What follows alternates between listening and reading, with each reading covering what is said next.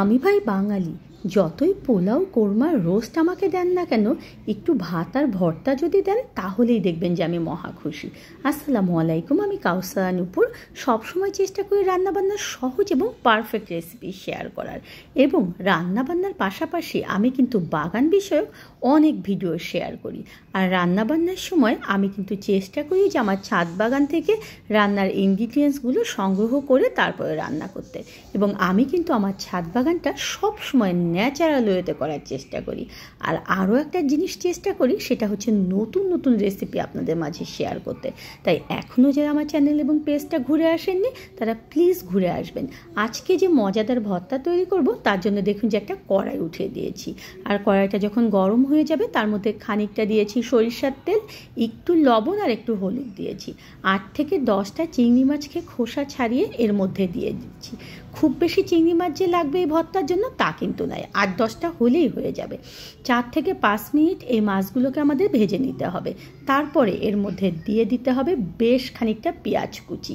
আমি এখানে শুকনো মরিচ দিয়েছি, কাঁচা মরিচ দিয়েছি, আর দিয়েছি বেশ খানিকটা রসুন। কোয়া করে রসুনগুলোকে ছিলে নিতে হবে। আপনার পেঁয়াজ এবং রসুনের কিন্তু কোনো পরিমাপ নেই, আপনি যত দেবেন তত মজা হবে খেতে।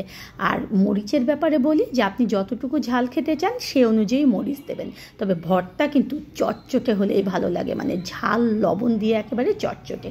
সমস্ত কিছু ভালো মতো ভেজে নিয়ে সেটাকে একটু ঠান্ডা করে নিয়ে আমাদেরকে শিলপাটায় বেটে নিতে হবে।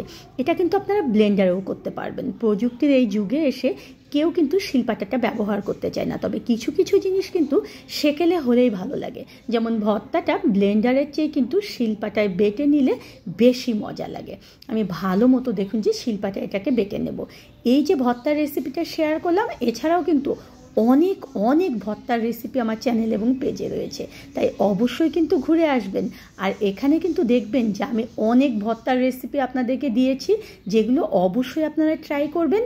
আর আজকে যে ভর্তা দেখাচ্ছি এই ভর্তাটা করে খেয়ে দেখবেন যে এটার স্বাদ আপনার মুখে অনেক দিন লেগে থাকবে।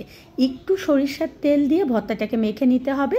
আর হ্যাঁ, অবশ্যই কিন্তু লবণ চেখে দেখবেন, যদি দেখেন যে লবণ হয়নি তাহলে একটু লবণ দিয়ে ভর্তাটাকে মেখে নেবেন।